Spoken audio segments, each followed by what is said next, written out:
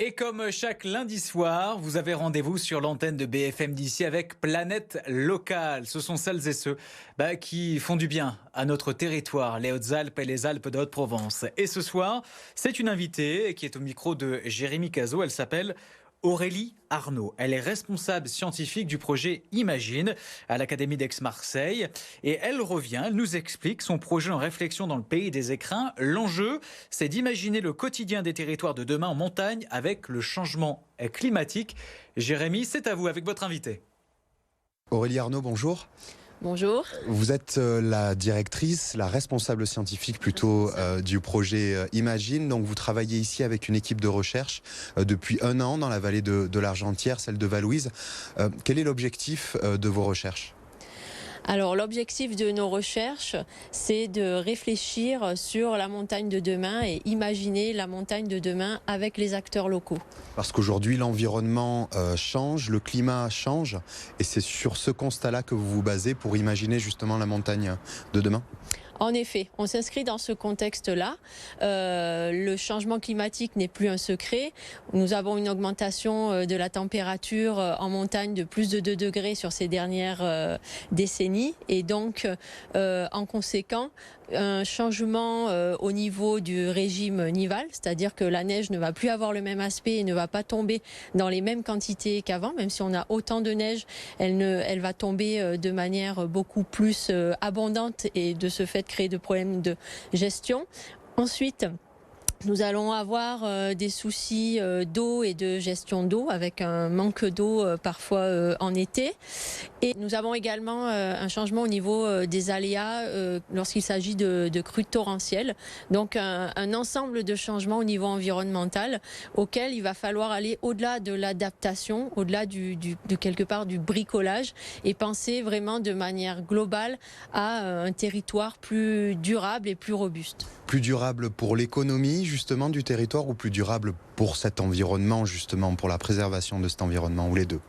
Lorsqu'on parle de durabilité, c'est entre guillemets de la vraie durabilité, c'est-à-dire vraiment s'inscrire dans une démarche à la fois sociale, environnementale et économique.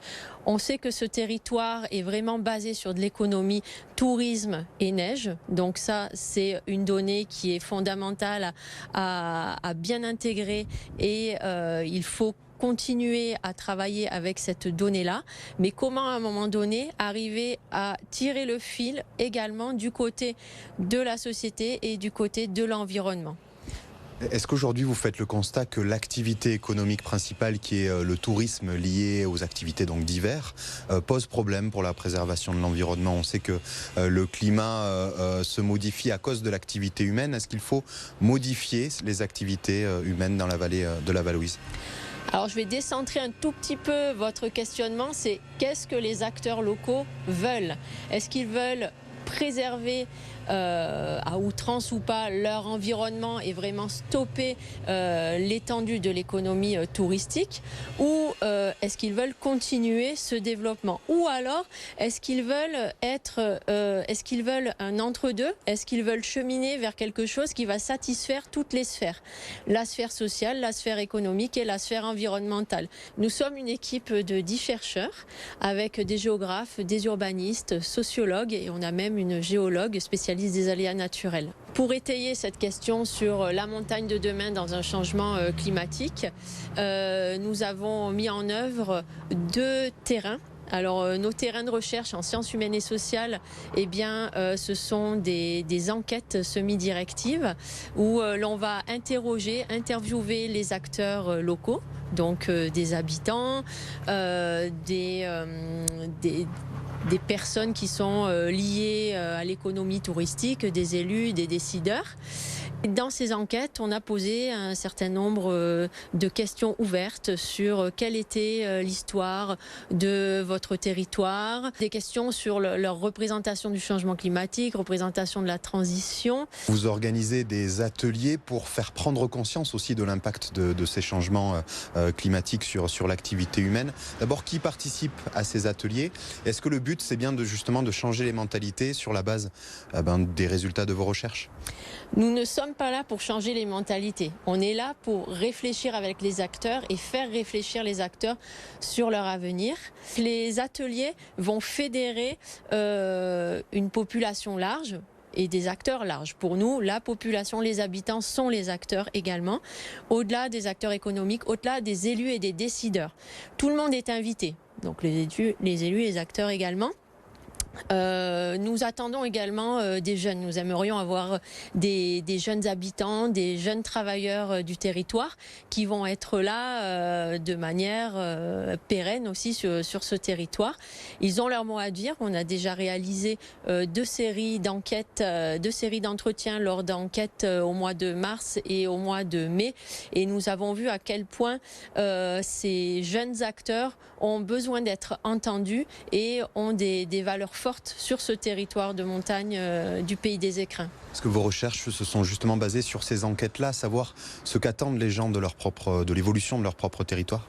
Les enquêtes permettent d'avoir une petite idée de ce qu'attendent les personnes et ensuite, lors des ateliers, on va rebondir là-dessus, on va les faire réfléchir ensemble et injecter ces résultats pour qu'ils comprennent. Le but, c'est vraiment pour qu'on aille au-delà des différents points de vue que eux connaissent. C'est-à-dire que les acteurs ont leur point de vue sur le territoire, ils savent un tel a tel point de vue, un tel a tel point de vue, mais ils ne vont pas ils vont s'écouter, mais ils ne vont pas forcément se comprendre. Et du coup, chacun va continuer sa route, chacun de chaque côté, parfois en créant des conflits. Là, l'idée, c'est que chacun comprenne pourquoi il a ce point de vue, quelle est l'histoire qui l'a fait cheminer jusqu'à ce point de vue. Est-ce que selon vous, il faut faire un choix entre un développement touristique et un arrêt de ce développement, ou est-ce qu'il y a un troisième choix, un développement durable ? Est-ce que c'est possible d'imaginer ça pour nos stations, pour nos vallées demain ? Il n'est surtout pas question d'arrêter l'activité économique, bien au contraire, puisque les acteurs locaux, l'ensemble des acteurs locaux vivent de cette ressource. Donc le tourisme ne va pas quitter la vallée, bien au contraire. Par contre, penser à un développement touristique mieux réfléchi par rapport au changement climatique qu'il y a actuellement, oui. Et c'est pour ça que l'on est là et que l'on veut impulser cette dynamique de réflexion pour travailler sur un modèle qui serait plus durable, mais toujours avec le tourisme. Une vallée sans tourisme, ça va être difficile. Par contre, il y a d'autres ressources, comme l'agriculture, qu'à un moment donné, il faudra peut-être mettre en valeur. Et par exemple, l'association La Fabrique à Liens met vraiment en avant cette qualité-là du territoire. Et je pense que c'est quelque chose de très intéressant qu'il va falloir développer. Vous appuyez sur des exemples. Merci Aurélie Arnaud. Merci à vous.